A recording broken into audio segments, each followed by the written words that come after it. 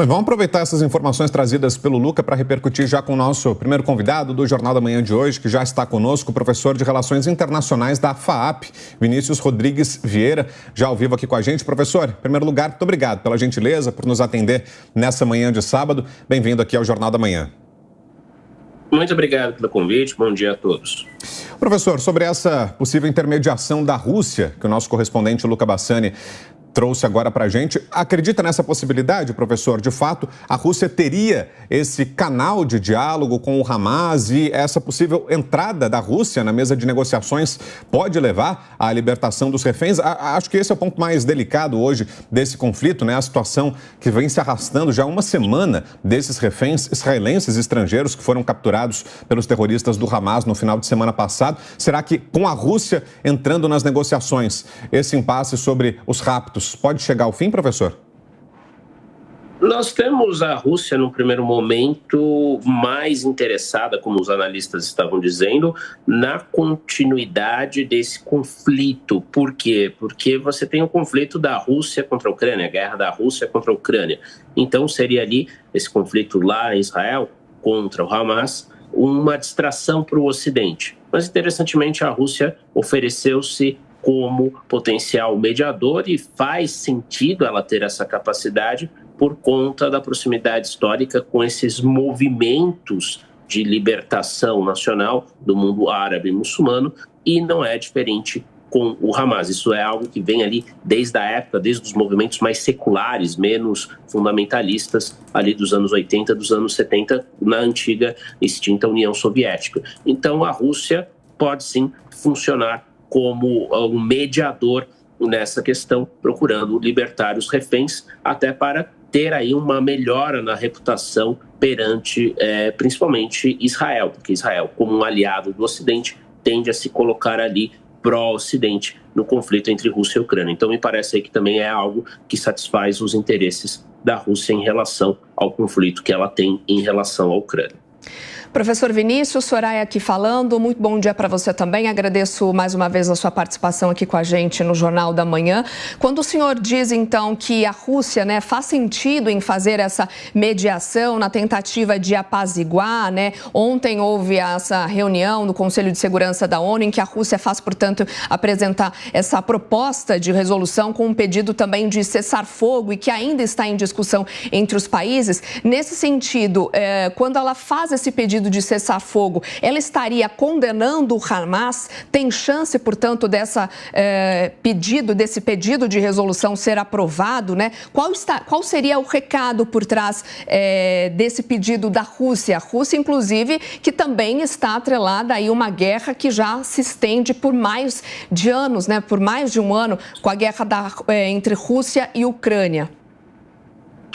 Soraya, se no curto prazo para a Rússia pode ser interessante que o Ocidente, Estados Unidos mais Europa, tenha um ponto, entre aspas, de distração com esse conflito de Israel contra o Hamas, no longo prazo os riscos de que esse conflito se espalhe regionalmente e traga mais instabilidade para o mundo é contraproducente para a própria Rússia, para a própria China, para todas as potências. Então daí há essa necessidade de encontrar algum canal de mediação, e a Rússia é muito mais bem vista, é necessário reconhecer, pelo Hamas, por grupos aí extremistas, do que, por exemplo, o Ocidente, que não seria visto como um ator capaz de mediar essa relação entre Israel e os grupos ali que não reconhecem a legitimidade do Estado de Israel. Então a Rússia ela está muito mais preocupada, me parece, com um longo prazo, de não ter aí o risco de um Oriente Médio conflagrado, que poderia levar aí a um acirramento da disputa entre as potências globais, de um lado Rússia e China e de outro lado Estados Unidos e os outros dois membros permanentes do Conselho de Segurança, Reino Unido e França, para não citar outros atores relevantes como a Alemanha, que tem aí claramente uma postura pró-Israel contra esses grupos extremistas. E por fim, é importante ressaltar que a Rússia não vai condenar o Hamas. E justamente isso pode ser positivo do ponto de vista da negociação, porque é importante ter, por mais que discordemos, as ações do Hamas sejam obviamente terroristas, é importante ter um canal de negociação. Então a Rússia pode sim exercer esse papel. E, professor, há chance, na sua avaliação, de um cessar-fogo imediato? Ou esta guerra, esse conflito, também deve se estender, assim como vem se estendendo a guerra entre Rússia e Ucrânia?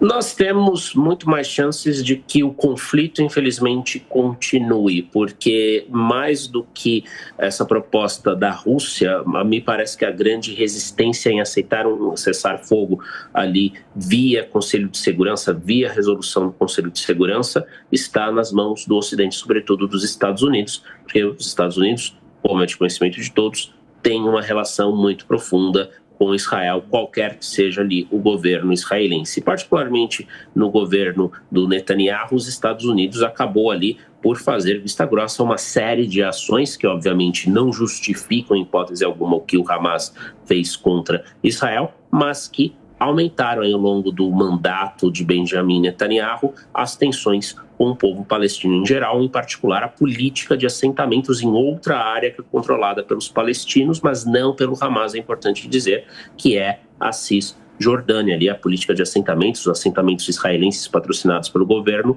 de Israel, aumentaram muito. Então, o que nós temos nesse contexto? Israel, com a liderança do Netanyahu, e é legítimo que busque aí aqueles que fizeram esses atos de terrorismo contra o povo israelense, ir ali, usando uma linguagem simples, com sangue nos olhos, ou seja, dar uma satisfação ao povo israelense pelo mal que o Hamas causou ali à população civil.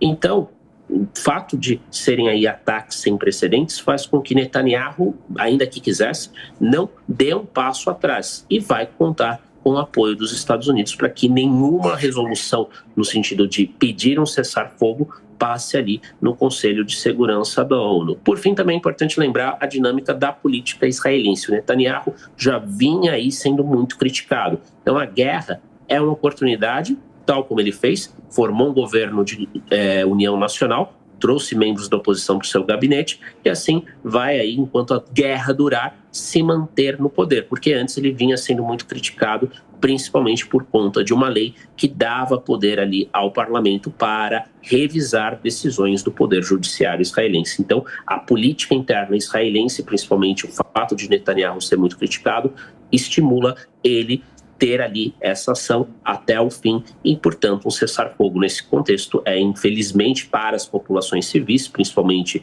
os palestinos na faixa de Gaza, pouco provável que aconteça.